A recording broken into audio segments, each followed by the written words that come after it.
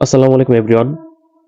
পূর্ব নির্ধারিত সূচিতে গতকাল বৃহস্পতিবার দুপুর ১টায় চট্টগ্রাম এবং নোয়াখালী মধ্যকার ম্যাচ হওয়ার কথা থাকলেও সেটা পরিবর্তন হয়ে আজ শুক্রবার দুপুর ২টায় অনুষ্ঠিত হবে চট্টগ্রাম এবং নোয়াখালী মধ্যকার ম্যাচ।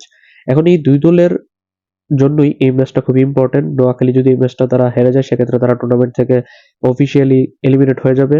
অন্যদিকে চট্টগ্রাম যদি ম্যাচটা জিততে পারে তাহলে কিন্তু তারা প্লে অফের ফার্স্ট কোয়ালিফাই খেলার জন্য এক ধাপ এগিয়ে যাবে। দুই দলের জন্যই ম্যাচটা ইম্পর্টেন্ট। এখন কথা হচ্ছে চট্টগ্রাম এবং নোয়াখালীর সম্ভাব্য একাদশটা কিরকম হবে। আমি গত পরশুদিন দুই দলেরই আলাদা আলাদা পৃথক ভিডিও দিয়েছি যে সম্ভাব্য একাদশ কিরকম হতে পারে। এই ভিডিওতে শর্টকাট দুই দলের একসাথে যদি একটু বলি, আলোচনা করি। এর মধ্যে চট্টগ্রামের এবং নোয়াখালী দুই দলেরই সম্ভাব্য একাদশে ২ থেকে ৩টা পরিবর্তন হতে পারে। তারা হচ্ছে চট্টগ্রামে যেহেতু অ্যাডাম লসিংটনের বিকল্প হিসেবে মোহাম্মদ হারিস দলের সাথে গতকালকেই জয়েন করেছে, গতকাল সকালে একাদশে চলে আসবে।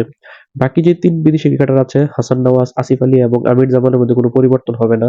আমির জামাল গত ম্যাচেও ২৩ রান দিয়ে ৩টা উইকেট শিকার করেছে। আর হাসান নওয়াজ এবং আসিফ আলী গত ম্যাচে রান পেয়েছে, তাই এই দুজন তো থাকবেই।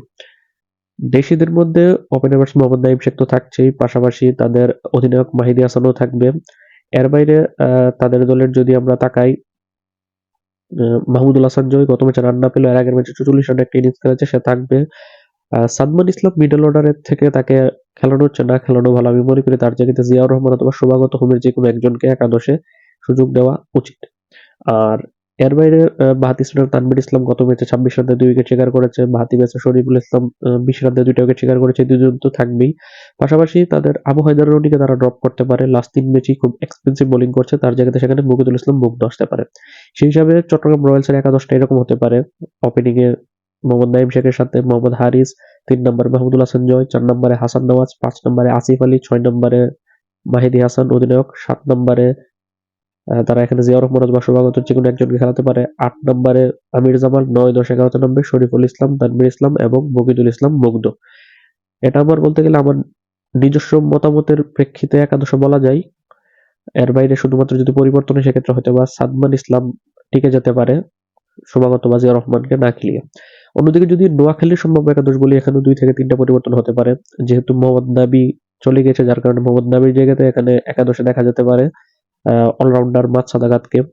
আর তাদের বোলিং ডিপার্টমেন্টে যে পেসার ইহসানুল্লাহ রয়েছিল তার জায়গাতে এখানে তারা একাদশে নিতে পারে লেফট আর্ম চায়নাম্যান বোলার জাহির খানকে। যেহেতু মোহাম্মদ নাবি একজন জেনুইন বোলিং অলরাউন্ডার ছিল, মানে অলরাউন্ডার ছিল, সে চলে যাওয়াতে তার জায়গাতে মাছ সাদাগাত আসলেও মাছ সাদাগাত তো আর প্রপার অলরাউন্ডার না, যদিও সে অলরাউন্ডার, তবে নাবির মতো ওই ধরনের নির্ভরযোগ্য বলার না, যার কারণে এখানে একটা জেনুইন স্পিনার লাগবে। সেই হিসাবে তারা ইহসানুল্লাহর জায়গাতে সেখানে জাহির খানকে খেলাতে পারে। বাকি অধিনায়ক হায়দার আলী ফর্মে না থাকলেও সে থাকবে কনফার্ম। আর হাসান ইসাকিল যে ওপেনিং এ নেমে গত ম্যাচে ৬০ বলে ৯২ রান করেছে সে তো থাকছেই। দেশীয়দের মধ্যে ওপেনার ব্যাটসম্যান সৌম্য সরকার তো থাকবেই, গত ম্যাচে ৪৮ রানের একটা ইনিংস খেলেছেন। এর বাইরে হাবিবুর রহমান সোহান এবং শাহাদাত হোসেন দীপু দুইজনই ফ্লপ করেছে গত ম্যাচে। তবে হাবিবুর রহমান সোহান টিকে যেতে পারে, কারণ এর আগের ম্যাচে করেছিল ১৬ বলে ৩০ রান। শাহাদাত হোসেন দীপুর জায়গাতে যদি তাকে ড্রপ করে সেক্ষেত্রে জায়গাতে দেখা যেতে পারে মাহিদুল ইসলাম অঙ্কনকে উইকেট কিপার। এর বাইরে এখানে wicket keeper batsman Zaker Ali Anik তো থাকবেই। আর বোলারদের মধ্যে পেসার হাসান মাহমুদ এবং মেহেদী হাসান রানা গত ম্যাচে দুইজন ইকোনমিক্যাল বোলিং করেছে, ২টা করে উইকেট শিকার করেছে, তারা তো থাকবেই। আবু জাইদ চৌধুরী রাহিকে এখানে বসানো যেতে পারে, তার জায়গাতে এখনো নোয়াখালীর হয়ে এক ম্যাচেও মাঠে না নামা মুশফিক হাসানকে একাদশে দেখা যেতে পারে। তাহলে নোয়াখালী এক্সপ্রেসের একাদশটা হতে পারে এরকম: ওপেনিং এ হাসান ইসাকিল এবং সৌম্য সরকার, ৩ নাম্বার পজিশনের মধ্যে এখানে নামবে হাবিবুর রহমান সোহান, ৪ নম্বরে মাছ সাদাকাত, ৫ নম্বরে মাহিদুল ইসলাম অঙ্কন, ৬ জাকের আলী, ৭ হায়দার আলী অধিনায়ক, ৮ নম্বর, ৯, ১০, ১১ নামবে হাসান মাহমুদ, মেহেদী হাসান রানা, মুশফিক হাসান এবং জাহির খান।